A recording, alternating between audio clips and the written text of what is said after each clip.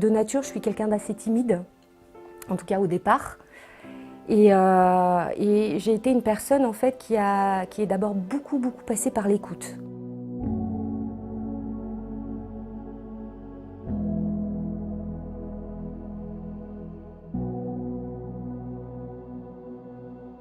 J'ai cru que j'étais pas au bon endroit au bon moment, que mon père n'était pas à la hauteur de mes attentes et que j'aurais préféré avoir le père de la voisine, ou ainsi de suite.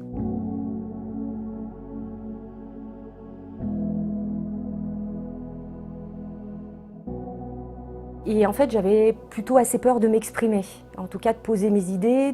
Alors évidemment, comme tout le monde, peur de dire des bêtises, peur d'être déplacée, enfin voilà, de ne pas correspondre à l'image extérieure.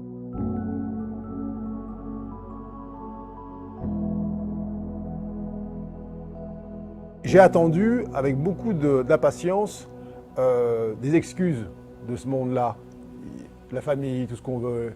C'est-à-dire une reconnaissance de à quel point j'étais pas au bon endroit, où j'étais celui qui avait souffert le plus.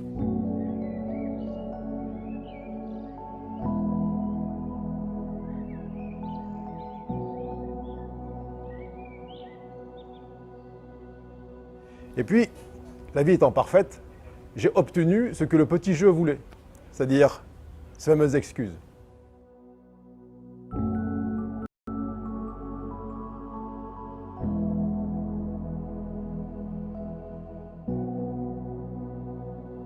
Et j'ai vu à quel point ça ne changeait rien.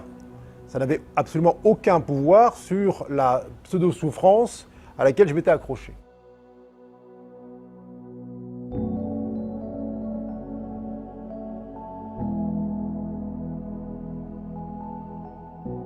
Donc je me suis dit, si ça ne marche pas, si ce qu'on peut espérer de ce monde comme solution n'a absolument aucun impact sur notre ressenti, c'est que je dois tourner ma conscience du dehors vers le centre.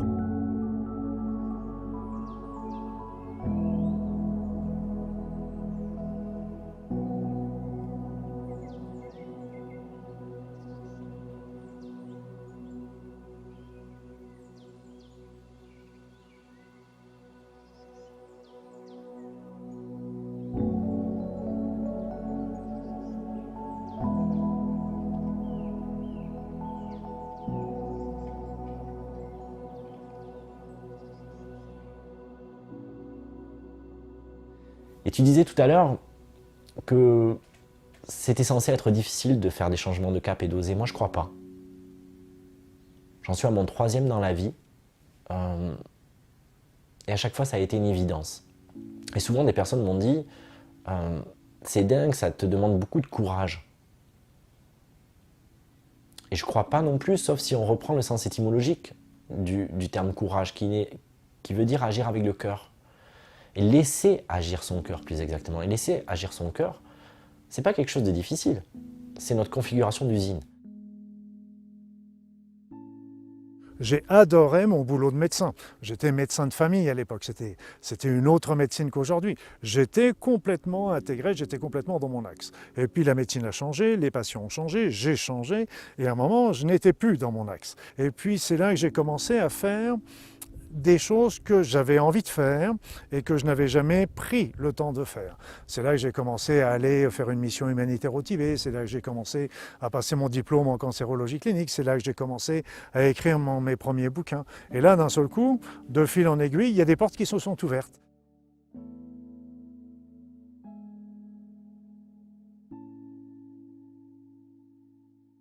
En tout cas, moi, personnellement, j'ai résisté toujours avec ma volonté à ce vers quoi j'étais appelé. Et encore une fois, c'est un peu comme la poussée d'Archimède, un contrebalancier. J'y résiste jusqu'au moment où c'est mûr, ça tombe, et j'y vais.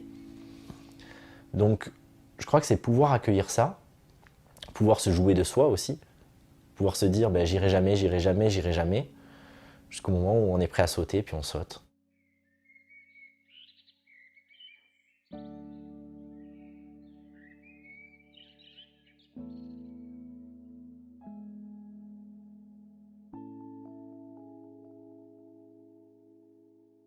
Et c'est vivre ces expériences. Et donc du coup, j'ai fait le saut, j'ai commencé les soins énergétiques, j'ai commencé les formations.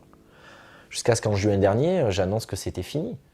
Et parce que je me suis levé un matin et que ce matin-là, je ne l'ai pas maturé plus que ça. Je me suis levé un matin avec cette sensation que c'était plus OK, que c'était plus ça. Et donc j'ai bu mon café, je l'ai annoncé direct sur les réseaux sociaux, dans la foulée. Peut-être comme une peur que ça me passe et que j'oublie ça ou que j'essaie de me raisonner plutôt que de laisser la résonance œuvrer.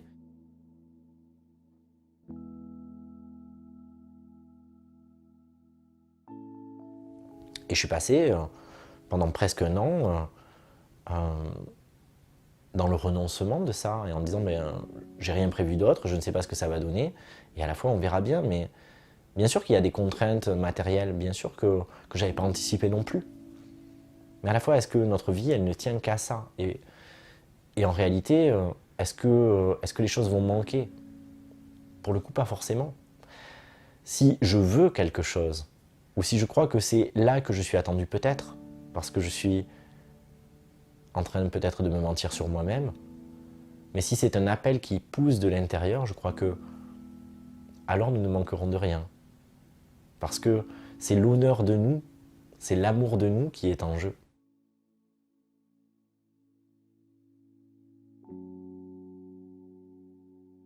Et dans Oser, ça commence par cette belle lettre O. Et le premier pas dans Oser, c'était d'abord de plonger dans l'eau. Et l'eau, avant d'atteindre le haut de ce que je pouvais être, c'était de plonger dans mes émotions et de voir en fait qu'est-ce qui me faisait aussi peur, d'oser exprimer qui je suis en fait. La devise du régiment dans lequel j'étais, c'était croire et oser. Donc c'était vraiment là aligné sur cette idée de j'ai peur donc j'y vais. J'ai peur donc j'y vais, c'est vraiment moi c'était mon leitmotiv. Ok, on nie pas qu'il y a une peur résiduelle, mais on ne donne pas le pouvoir de nous empêcher de faire ce saut dans le vide. Et puis j'ai bien aussi senti que on pouvait transcender en quelque sorte dans le corps la peur résiduelle par le mouvement, par le geste, par ce saut dans le vide. Alors c'était à la fois un saut dans le vide, on va dire un saut dans l'inconnu, on va dire en idée, mais là c'était réel. Et puis pour que le corps sente que je peux me lancer dans le vide et je ne meurs pas. Et finalement j'ai senti ce grand moment de silence lorsque le parachute s'ouvre. C'est une image, une allégorie, mais c'est un peu comme l'univers qui te soutient. L'univers qui dit, tu vois, tu as osé te faire face à l'inconnu, tu as osé traverser cette peur-là qui est chevillée au corps, et comment tu te sens maintenant?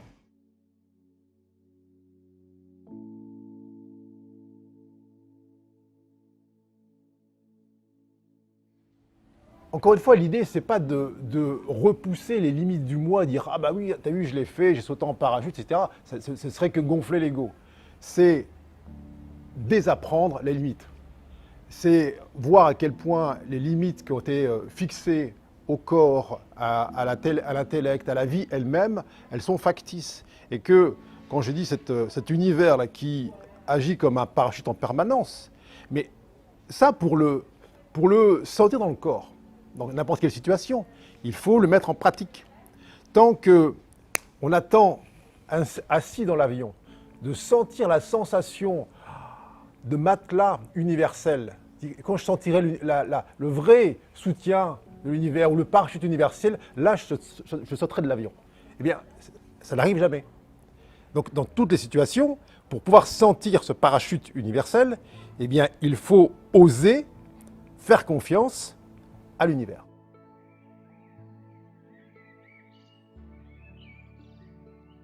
Et c'est là qu'est venue donc l'idée de faire Luminam. Et j'avais un petit réseau d'amis qui ont tout de suite suivi. Et très vite, ça a pris de l'essor. Voilà, donc on a organisé les premières conférences. Au départ, j'avais le plaisir d'animer pratiquement toutes les soirées et les conférences. Et puis très vite, des gens m'emmenaient des gens, qui m'emmenaient des gens, qui m'emmenaient des gens.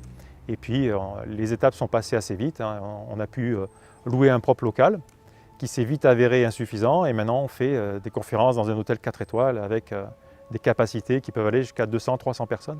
Bienvenue à cette nouvelle conférence de Luminam avec notre ami Sébastien Sauchard. Voilà, si vous voulez bien applaudir Sébastien. Merci, gratitude. Voilà. C'est la 3e fois en 6 mois que tu viens. À 19 ans, je crée ma première société de sécurité informatique. Donc je fais des logiciels pour gagner ma vie en tant qu'étudiant. Et en 1994, je crée un opérateur Internet, WorldNet. Et à aucun moment, je me suis posé la question s'il fallait oser ou pas. Et malgré un père fonctionnaire qui me disait la sécurité de l'emploi, la sécurité de l'emploi, la sécurité de l'emploi. Fonctionnaire, c'est bien, moi, j'en avais rien à faire. Et donc j'étais informaticien, passionné d'informatique. Et donc je crée WorldNet en 1994, que je revends en 2000. Et à aucun moment, je me pose la question d'oser. Le jour où je vais mourir, je ne veux pas avoir de regrets, mais je veux avoir des souvenirs. Beaucoup me disent « Ah, j'en peux plus de mes peurs, ça m'emprisonne, etc. Comment tu peux m'aider ?» Je donne la réponse. Je dis « Regarde là-bas. » Oui, mais où ça là-bas Regarde là-bas, en toi. Oui, mais comment je fais? Regarde en toi. Mais combien de fois dans ma vie j'ai eu peur? Mais combien de fois je peux dire de moi que je suis peureux? Mais ce n'est pas un problème, ça ne m'a jamais empêché d'avancer. Et je crois même que cette peur, ou plus exactement cette vigilance intérieure, est exactement celle qui me permet, au moment venu, de faire le pas juste. Je ne perds jamais. Soit je gagne, soit j'apprends. J'ai pas perdu, j'ai appris, j'ai progressé. J'ai des personnes en reconversion professionnelle de tous âges, de 18 à 60 ans, qui se posent des questions, qui se demandent si elles sont encore bonnes à quelque chose, si elles ont fait le bon choix, etc. Et le point commun à toutes ces personnes, c'est juste la confiance. Et ce qu'il faut savoir, c'est que ce ne faut pas attendre les opportunités pour faire les choses. Parce que là, je connais plein de personnes qui sont assises sur leur banc, en train de regarder leurs années passées, la vie passer devant eux, en disant « j'attends l'opportunité ». Non, c'est pas comme ça. On commence et là, les opportunités vont arriver. C'est pas est-ce que oui ou non, la conscience va in fine se plonger dans cet espace qu'on appelle la peur, c'est combien de temps elle va résister à ne pas le faire. Oser, pour moi, ça veut dire sortir des habitudes, sortir de son petit train-train habituel, sortir de son confort. Et quelqu'un a dit très justement que la véritable vie se situe en dehors de notre zone de confort. Tant qu'on reste dans nos petites habitudes et dans nos petites sécurités, en fin de compte, on ne progresse pas, on n'avance pas et surtout, on ne vit pas. Et quand tu vois une personne à qui tu rends la confiance, qui retrouve cette confiance, qui s'illumine, pour moi, c'est le plus beau des cadeaux.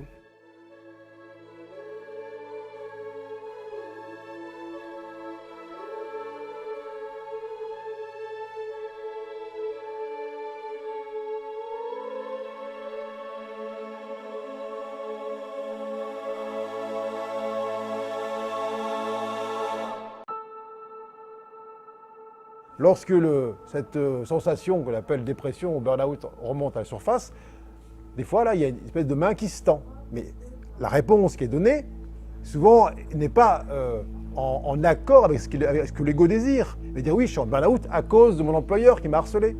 Mais tant qu'on est accroché à cette idée que la sensation vient du dehors, tant qu'il n'y a pas cette acceptation de la responsabilité, il n'y a pas d'aide possible. L'aide ne peut démarrer que lorsque, ok, je sens ça, ça me dit quoi? Ça me dit de regarder à l'intérieur. Ça me dit de est-ce que je suis vraiment aligné sur ce que je suis? Est-ce que je suis vraiment aligné sur ma volonté supérieure? Regarde ce qui en toi t'empêche d'être dans l'expression pleine et entière de ce que tu es. Déjà, en base, et ce qui est commun à tous les êtres humains finalement, c'est que dans la façon dont on se constitue en fait notre personnalité, et la personnalité, donc c'est le masque extérieur, hein, c'est le masque social. Et bien en fait, c'est comme des Legos, hein, ça s'emboîte. Et ce qui fait, et c'est ce que j'explique souvent, notamment en stage, qu'on a tous en fait comme une carte mère à l'intérieur, qui est composée de différentes couches et qui vont composer en fait tout notre inconscient, qui vont nous faire avoir c'est ce qui va nous faire avoir des comportements auxquels on ne réfléchit pas puisqu'on a des habitudes.